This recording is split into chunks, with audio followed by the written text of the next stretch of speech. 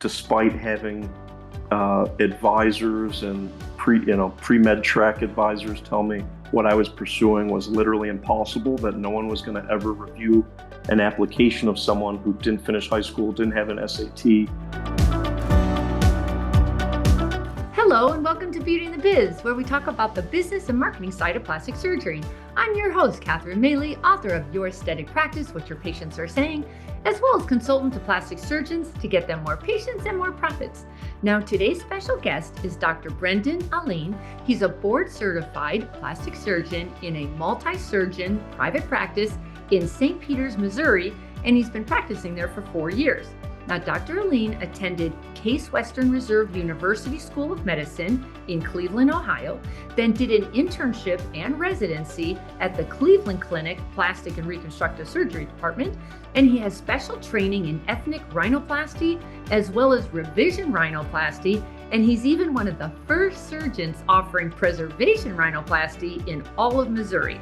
He's also a member of the Rhinoplasty Society, and on top of that, he completed an MBA degree at Washington University in St. Louis. Now, Dr. Alleyne is developing a scholarship program at Erie Community College that will help fund the education of those pursuing a career in the medical field who need a helping hand and encouragement, much as the doctor experienced himself. And we're going to talk more about that a little later. Dr. Alleyne, thank you so much for joining me on Beauty and the Biz. Thank you for having me. A pleasure. You know, when I was researching you before we jump into the agenda, I watched a video of yours where you participated in 2 face transplants, and it was even on National Geographic, the magazine, which I read forever as a little kid. Please, what was your experience like with that?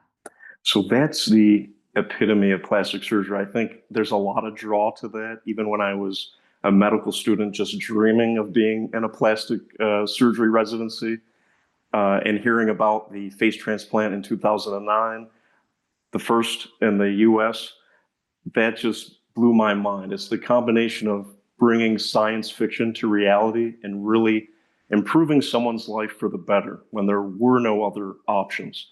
And I think once I became a resident and then, participated on the surgical teams, it's like that self-actualization where you're at the top of your Maslow's hierarchy, and you're like, wow, this is what is possible in my field. This is the state of the art, knowing applied anatomy and using that with around 40 other surgeons and members of the team to make it a reality. So I think it was really a special moment for all. I actually remember that watching the news. That was amazing. By the way, what happened to them? The 2 face transplant patients?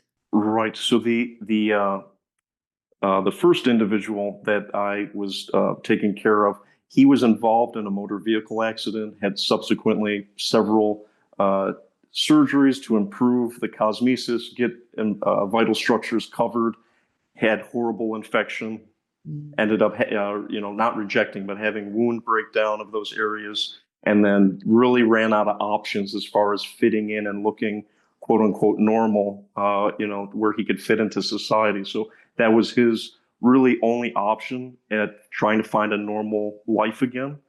The second individual that was the youngest face transplant in the world at the time, 2018, she actually was a self-inflicted gunshot wound that she actually had no recollection of after the event. But she was able to be saved, and then after many years of testing, making sure not only immunologically that she was ready and healthy, otherwise that she was psychologically able to participate, she underwent the youngest face transplant in the world, and then was with us at the Cleveland Clinic for about a year after that, just rehab. Really to learn how to speak, learn how to eat, protect your airway, all of those things. So it was really remarkable to be on the team of that. Never really thought I would be on such a team of innovators, but being at the Cleveland Clinic, it was really surrounded by the biggest names in plastic surgery, and we didn't do it on our own, obviously, with the best anesthesiologists there are, best immunologists, infectious disease team. We really had the world at our fingertips as far as experts go, and that's what gave world-class care. So all of the experts in each of their fields contributed to that. I don't think I've heard of those since then. Did they? Are they still doing them, and we just don't talk about it, or is it just not? Well, I think that one, number one, I think because of the situation that it was self-inflicted and she was the youngest ever, I know that made headlines for those reasons. They're definitely still doing them now. The issue is that they were military funded, and some of the funding aspects have changed. So some of the reasons why they're not as, like, quote unquote, as common as they were is because basically per surgery it's over $1 million. Oh, And that's from military funding for injured in action vets. And interesting. that's actually what they're studying. So let's get back to you. You started in Buffalo. you How do you grow up from Buffalo and end up in Missouri? Yeah, it's one of those weird things I tell so a lot of my students that are trying to follow in somewhat of my footsteps. It's never ignore an open door. If opportunity comes calling, just always make sure to answer it, even if it's not directly on your field of view or in your 5-year plan. Sometimes great opportunities only knock once. So yeah, I went from Buffalo, New York, Erie Community College, then the University at Buffalo, and then from there I was blessed with the opportunity to go to Case Western Reserve in Cleveland. And I love Cleveland so much. I was there for 11 years between medical school and then residency. And so then that all right, so then what happened? Yeah, so after Cleveland, so again, going from Buffalo, a lot of snow, less snow in Cleveland. Then I spent a year with Rod Rourke in Dallas. I was blessed with the opportunity to be a part of his fellowship and really study facelift and rhinoplasty, even to a greater extent. Now, I didn't even realize at the time going to Cleveland Clinic, aside from the face transplant, I was also with James Zins for those 6 years, and he's very, very well known in the facelift surgery arena worldwide. And getting to be with him, even as my first year intern, helping with facelifts so early, did not really know how blessed I was to have that opportunity. It was very unique. After you left Dallas, then where did you end up? So then after Dallas, then finished fellowship, reconvened in St. Louis. I actually met my wife at the Cleveland Clinic in Cleveland, Ohio. So she was a dermatology resident while I was in my plastic surgery residency. And we actually we joke about it. Our very first date was actually putting a wound vac on somebody's leg in an ICU. Oh, that's And so romantic. right, right. So she's about 5 foot flat, and I had her elevating this leg that probably weighed more than her. And I was putting this vac on very slowly, so I could really, have a lot of time to talk with her. So that made it into a lot of the speeches at the wedding. In fact, Oh, that's so sweet. yeah, Now, she's from Missouri. That's how you ended up there, right? yeah. So she's from Missouri. She came to Cleveland to train at the Cleveland Clinic in dermatology.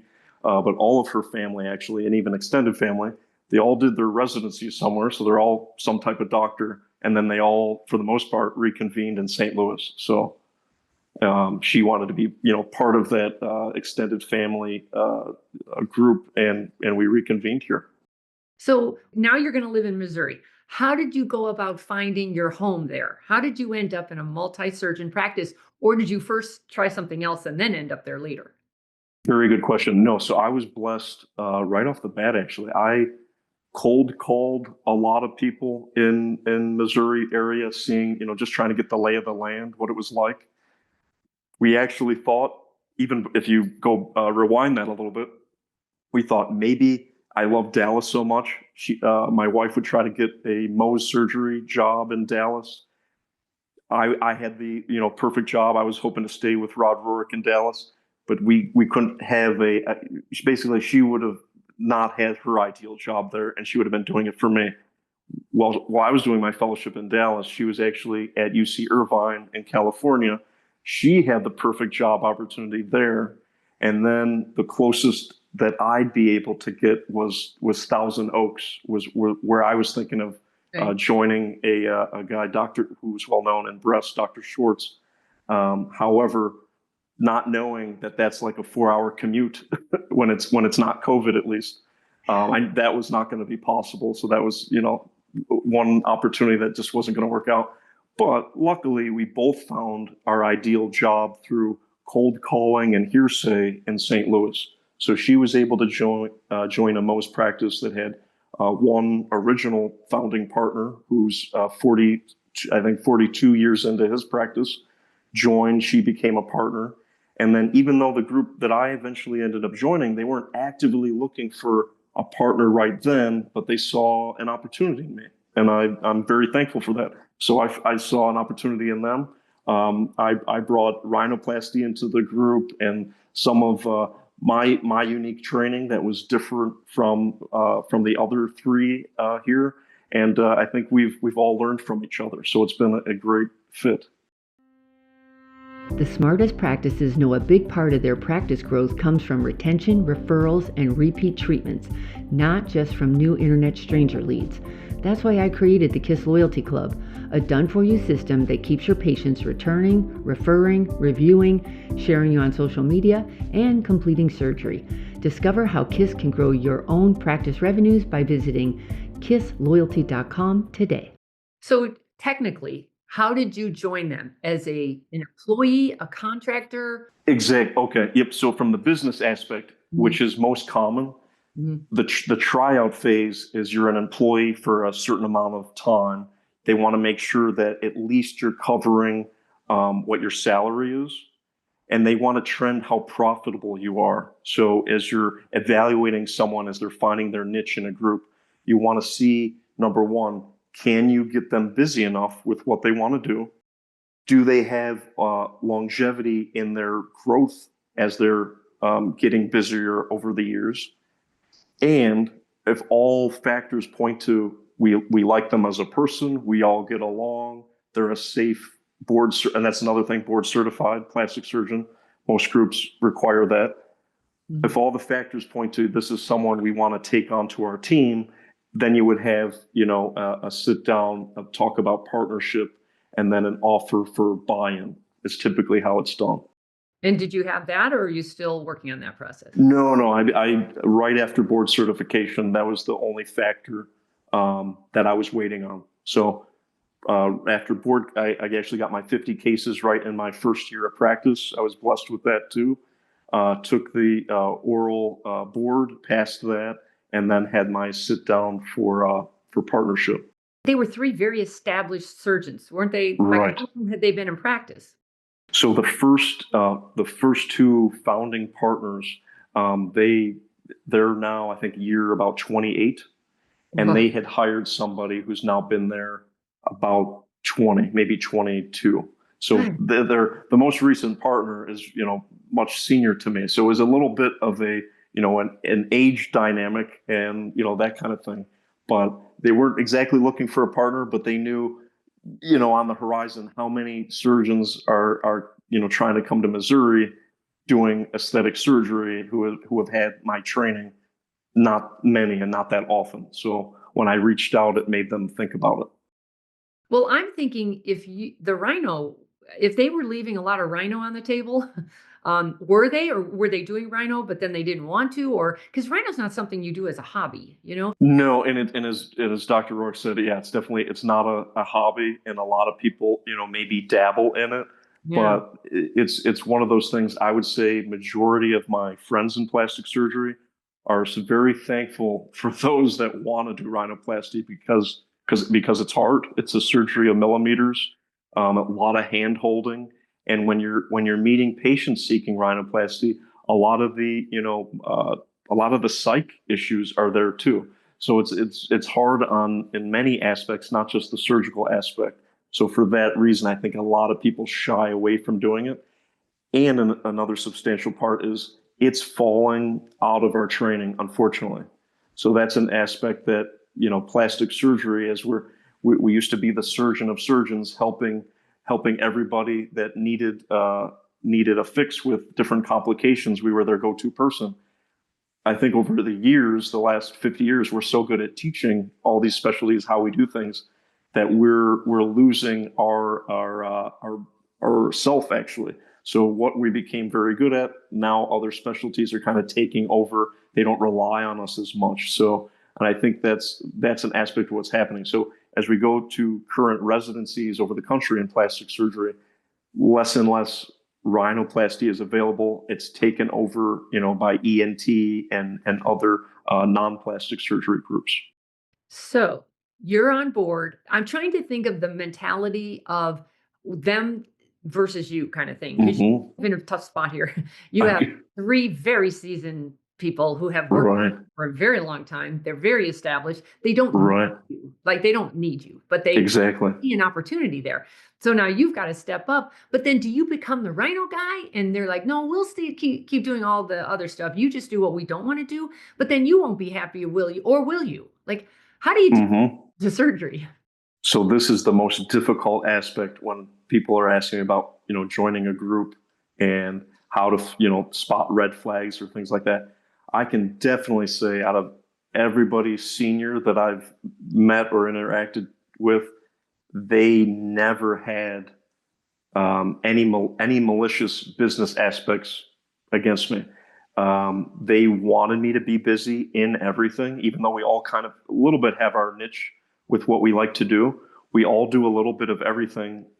They were okay with me potentially, especially during board collection, stepping on their toes with cases that I wanted to do, facelifts and things like that. I could not have found a group of nicer plastic surgeons. And I know that speaking with a lot of my friends, when you're going to a very big city, really powerful practices with very senior people, we're not as especially very good at sharing. So finding a group that actually doesn't just want you for the revenue aspect, but sees you as the future of the brand and carrying on the name. I think it's very hard to find that because there's a lot of egos in what we do, and it's very hard to share. So there's a lot of only children that never had partners, and now they're 75 years old looking for their first partner. That's a red flag to me when people are running that by me, because if they've never shared before and everything has always been theirs, I don't want to be the first person they've ever shared with. So I think finding a group or an individual that actually wants what's best for you is very hard to do. And I don't know if there's exactly a formula to figure that out, but it's more of a vibe. But I detected it very early that they have wanted me to do well. And that's why, unlike a lot of my friends, I have not jumped around in different jobs here and there. As soon as I got out of fellowship, I've been committed to Renaissance plastic surgery, and that's where I see myself for the next 25 years. Nice. One of the biggest issues can be lead distribution. Hmm. When the minute one surgeon feels like he's not getting as many leads as the others, and sometimes somebody's really good friends with the staff and the staff Hmm. needs them more, that kind of thing can creep in quite easily and Hmm. disrupt the whole thing, Have Yep. you don't have any of that? You all just get along really well? It is extremely unique, the situation that we're in, because if you have one person that doesn't want to share or feels like that, I agree, the whole thing kind of crumbles. We all get along to such a degree that we know there's going to be days where one person who's in the office gets a bunch of consults, but the next time they're in the office together, it'll be the reverse. So we have it set up actually where people can either call in and request a specific surgeon. If someone just calls in and they just want to meet somebody to learn about it, they don't have a name in mind. We have that divvied up where that's completely even.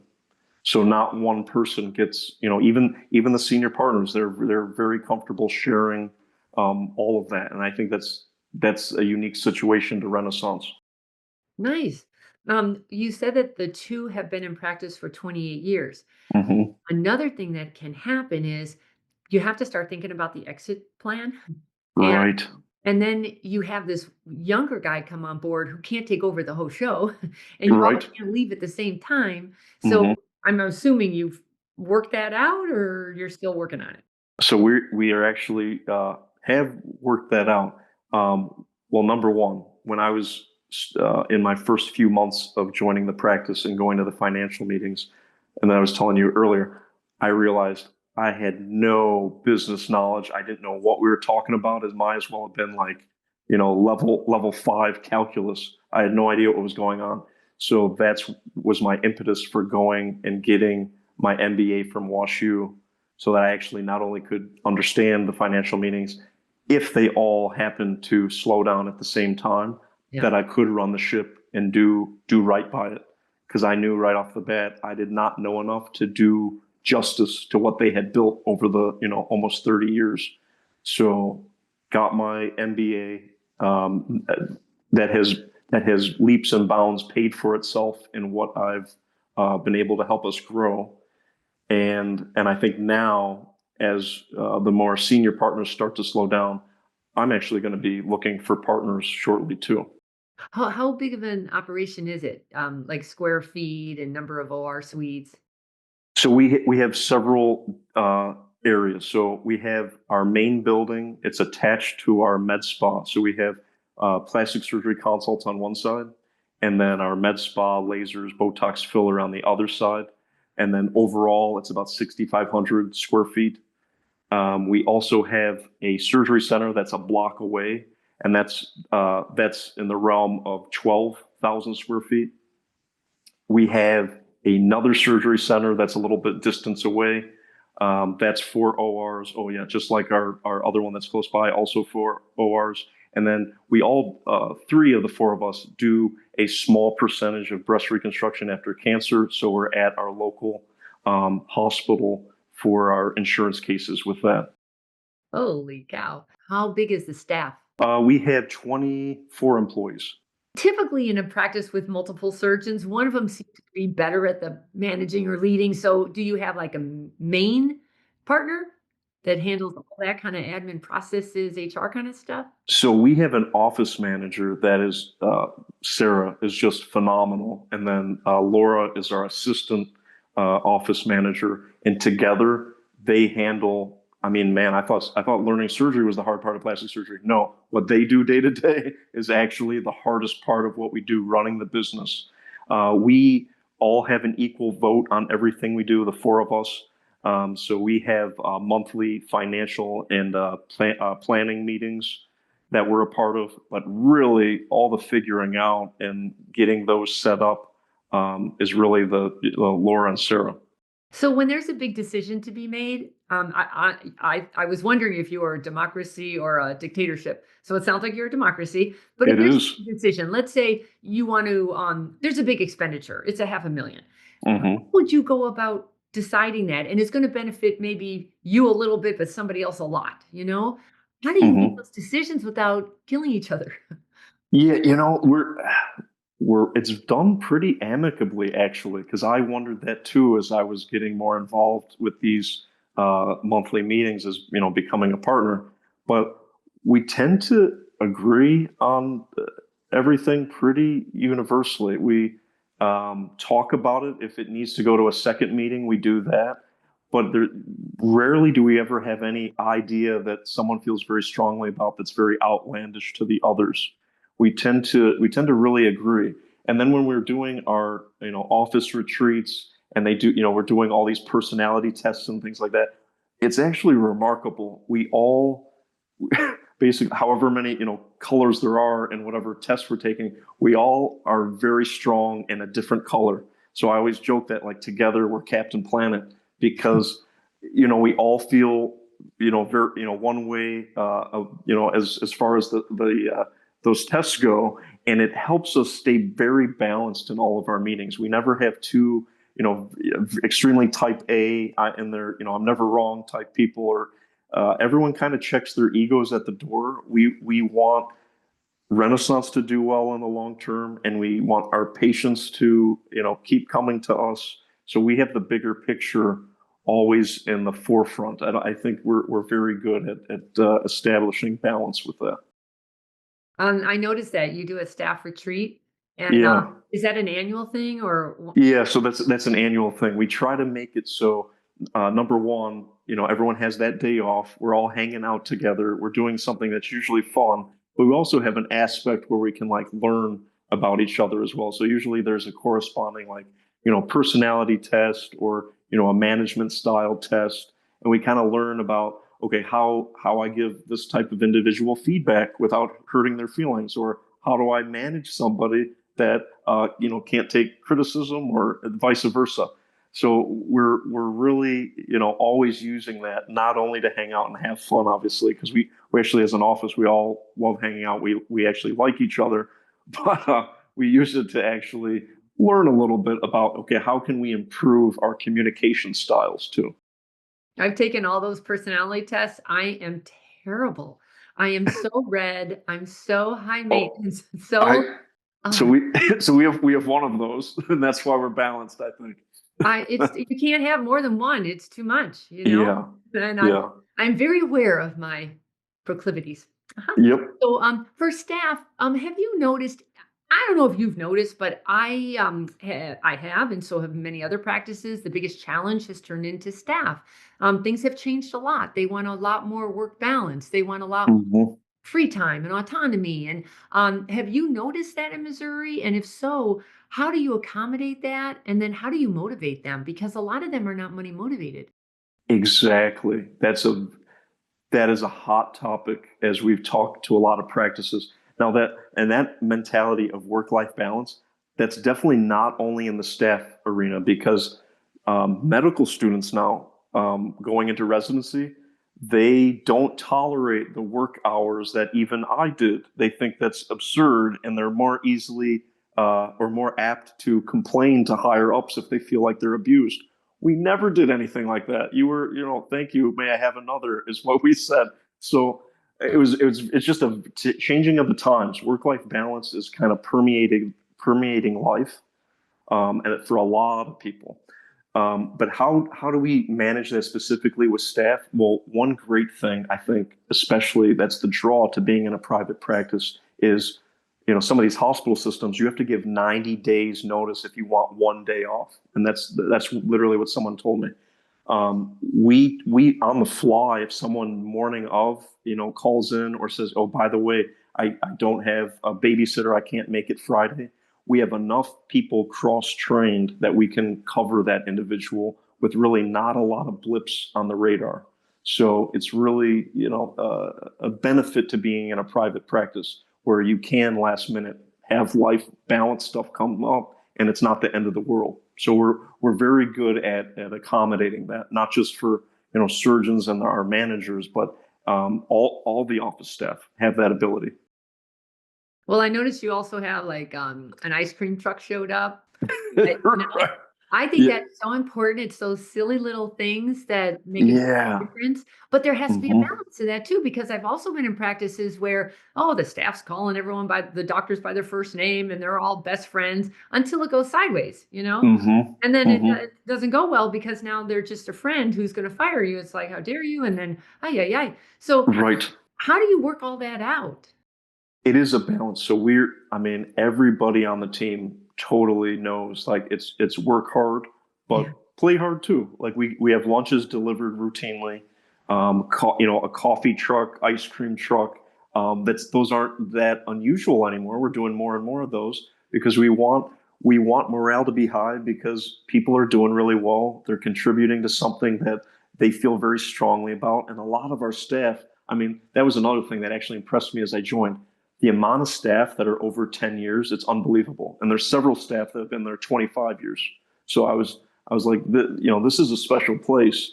People, when they're hired here and they can feel that, like, wow, I'm contributing to something that's Mhm. really unique and this is a great place to be, they want to stay. So I think that's part of the draw too, that we are working hard, but it's fun too. And we, like being around each other. All of those factors make it a positive environment to be in. For sure. Yeah. Well, what would you say, like overall, what's the biggest challenge you're facing in that practice? Oh, our biggest challenge overall, I think Your it's, biggest challenge? yeah, well, I think it's exactly what you touched on earlier. I think when you have a gap in ages, it changes a lot of things. Not only, my ideas in the long term are going to be a lot different than what my senior partners are. Obviously, they want to help me take Renaissance into the next 25 years for sure. But what their work-life balance is going to be totally different than my perspective. So trying to understand and respect that we're coming from unfortunately different. And I forget this sometimes because we're such good friends and see each other a lot. We're at different points in life where I'm like, man, let's open on Saturdays. I want to do more, and they're like, they're not thinking that way at all. And I mean, I sometimes forget. Yeah, they want to travel. They want to do things. They've been working for the past several decades, making this a successful place, and they want time to enjoy the work life balance now. That's so true. So let's talk about marketing. How competitive is it in Missouri? I have to tell you, I don't normally talk to any. I think I only had one other person on from Missouri. It's not something like we talk about a lot. Is it competitive there? I think this area is competitive in the sense that if someone is coming from out of town without any roots here and they're trying to hang up a shingle as a solo practitioner, I would worry about that person because the way the market share is, I think everyone that's here currently is at a capacity where they're comfortable being busy. Hmm. I think it would be very hard to start anew without any ties here, building a brand from scratch. I think that's hard. As far as marketing in general goes, well, we're actually in another, not just my practice, but a lot of practices around. We're about to have a huge generational gap because a lot of the surgeons that established all of the aesthetic surgery in the area are on their way of slowing down and going into retirement. So we're going to have this era of all of the OGs are slowing down, and we have the new kids on the block that'll have to take the reins because there's not a lot of middle ground. Hmm. So it'll be interesting to see how that plays out. But I think in general, there's been a huge swing in what is successful in marketing. So I think my partners 25 years ago, literally all you had to do was be good at your job, treat patients well, and have a yellow page, dedicated to you. Now there's, people coming out, they don't even know what the yellow pages are. So marketing's totally different now. And the power of Instagram, I brought that into the practice when, there wasn't really a need for it at the time. But I was able to show, revenue wise and in the numbers, the power of Instagram, power of TikTok. It's permeated our field. It's a very important aspect to plastic surgery now, especially those who you're not joining a brand and you have to brand yourself and start from scratch. That is a pivotal piece to doing that. Right. Yeah. How much time are you spending on Instagram? So between myself, we have several marketing employees. Um, I mean, probably in the realm of like 5 to 10 hours per day, something like that, if you count everybody doing something. Okay. Yeah. Yeah. But you're personally, are you, because you have to be the front man. That's the problem with Yeah, Instagram. You usually, gotta be in it. yeah, the great thing about it is in fellowship, yeah, we had to do a lot of it on our own, and man, I was bad at doing it, so it was like, man, getting beaten with the stick to get better. Now a lot of the difficult aspects of the editing and that thing, you just get a team for that, and I think that's what most people do. Doing the surgery part and doing our day to day, that's what we're meant to do. We Mm. can be the front man in the videos and showing people like, oh yeah, I'm a charismatic surgeon. You may want to meet me and you'll get along with me. Showing that aspect in the videos, but the actual time consuming part, there's people now that because of COVID, they spent a lot of time training in video editing, and I mean, that's the number one growth job for the last several years was marketing and digital editing. So I think there's a huge supply of those people, and we have to remember do what we're good at, and then we have to kind of oversee the rest, but let them run with it, because I think for most, it's almost impossible to do all of it and to do a great job at it. Yeah. I can see you put some money into your website, and do Hmm. all of you, is there just one website with one Instagram, or are all of you doing your own thing? So we have one practice website, and that's new. I think it's almost a year old now. So we updated the website that was about 10 years old, and then we got Studio 8, I believe it's called, and that they revamped everything.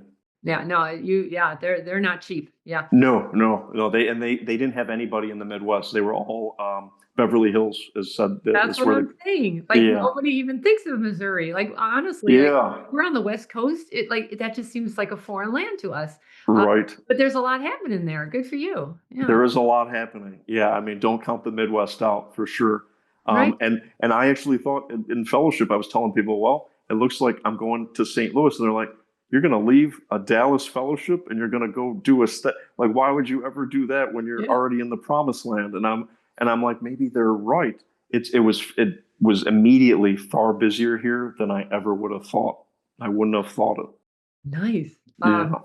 Regarding, I've been asking this a lot lately because some surgeons are very, very good at collecting reviews and photos. Hmm. Others say, "Oh, I can't. My patients are so private." And I'd say, that's not true. I hear this no matter where you're at, somebody will always say, "I can't do it." And somebody else next to them will say, "I get plenty of them." So, Hmm. what's your take on the getting consent? Any secrets, tips to that? Yeah, so exactly. So getting consent, there's definitely an art to it, Yeah. because so when I first started, we were getting, like, when we were doing our internet consent, social media consent, we were getting like a random run of no's and people that didn't want to be involved in that. And then I found out that basically it was being phrased at, "Are you okay with Yeah. your breasts being on the internet?" No one's going to say yes to that.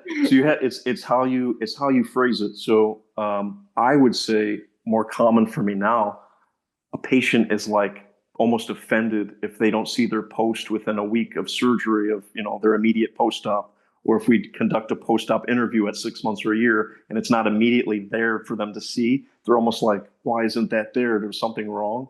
So the younger generation, they look for it as like affirmation that it went well and they're doing well.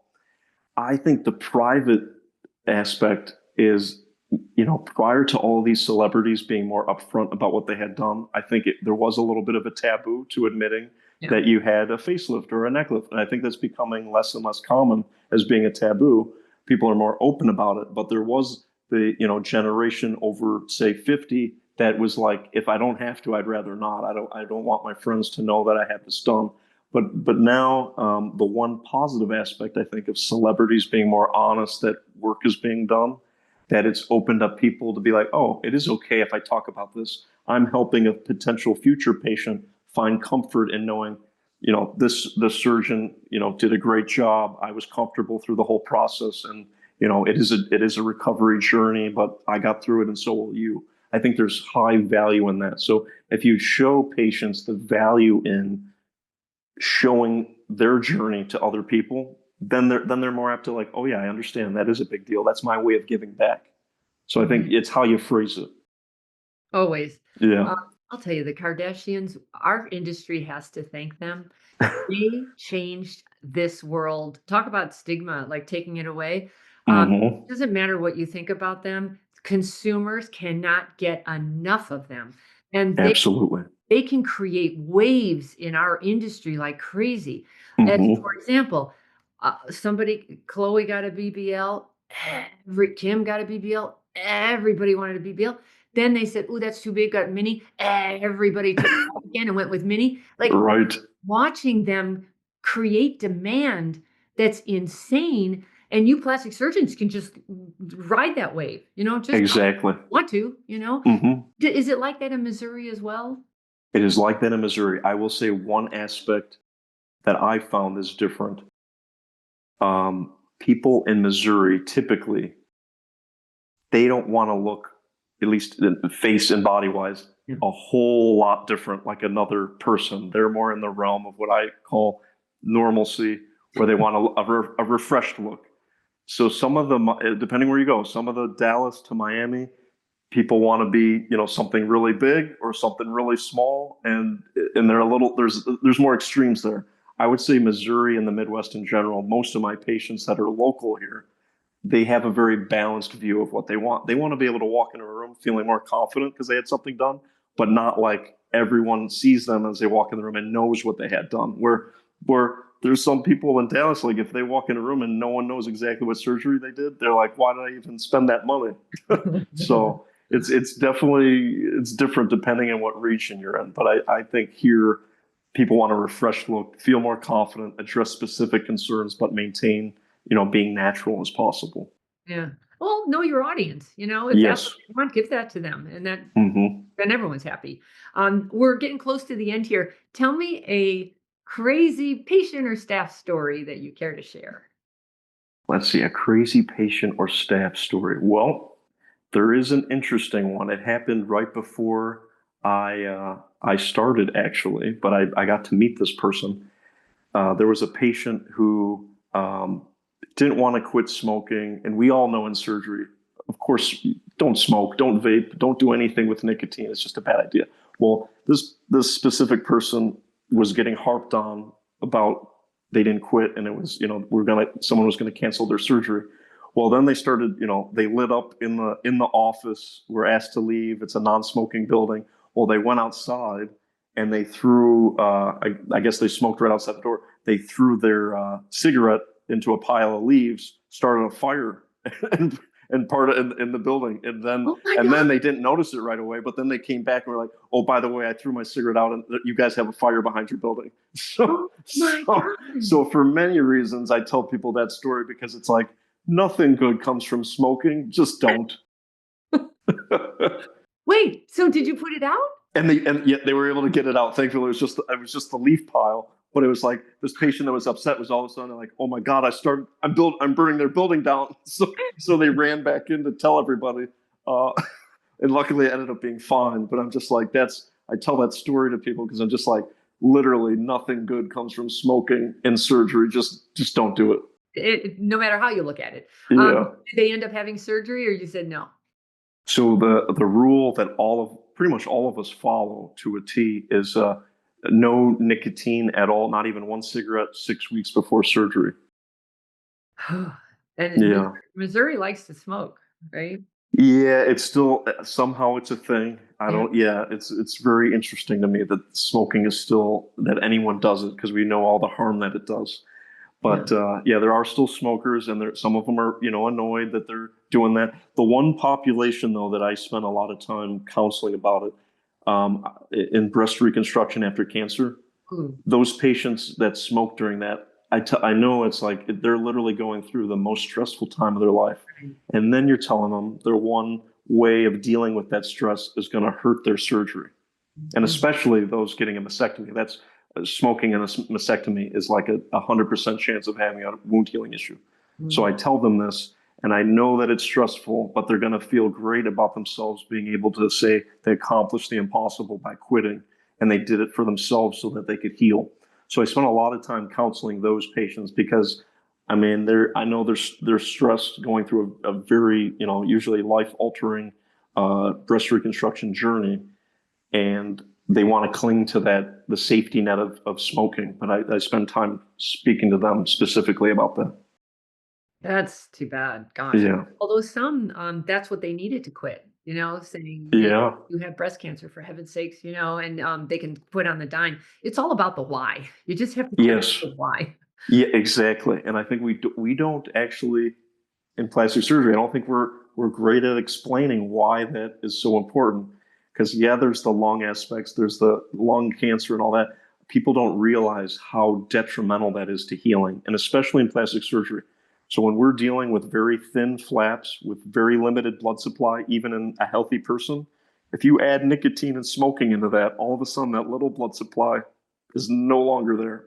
So it's really detrimental to a lot of the surgeries that we do that rely on very, very finite blood supply in order for it to work. Yeah. Do you ever show them photos of people who smoked and this is what happened? Well, I tell them to go to Google because a lot of them have already found it on Google or Yeah. WebMD. And they're like, oh my God, that can happen. I'm like, That well, helps a yeah, lot. yeah. Yeah. I'm not just to scare them, but know the truth. Yeah. And especially when you combine chemotherapy, Mhm. radiation, and smoking, I tell people that's like a 200% chance of having a wound. I mean, wow. I think visuals are so motivating. Yeah, Anyway, last question is tell us something interesting we don't know about you. And frankly, I'm just going to pick it for you. You were a high school dropout.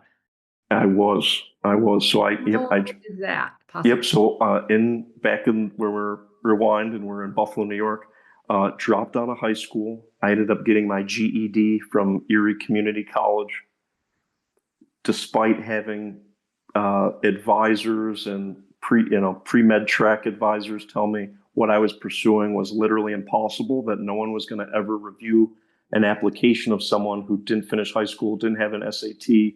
It just not is not a thing. I was Oh, told to wait, I'm consider. sorry. Your family just said, oh, okay, you don't want to go to school. Okay, no problem.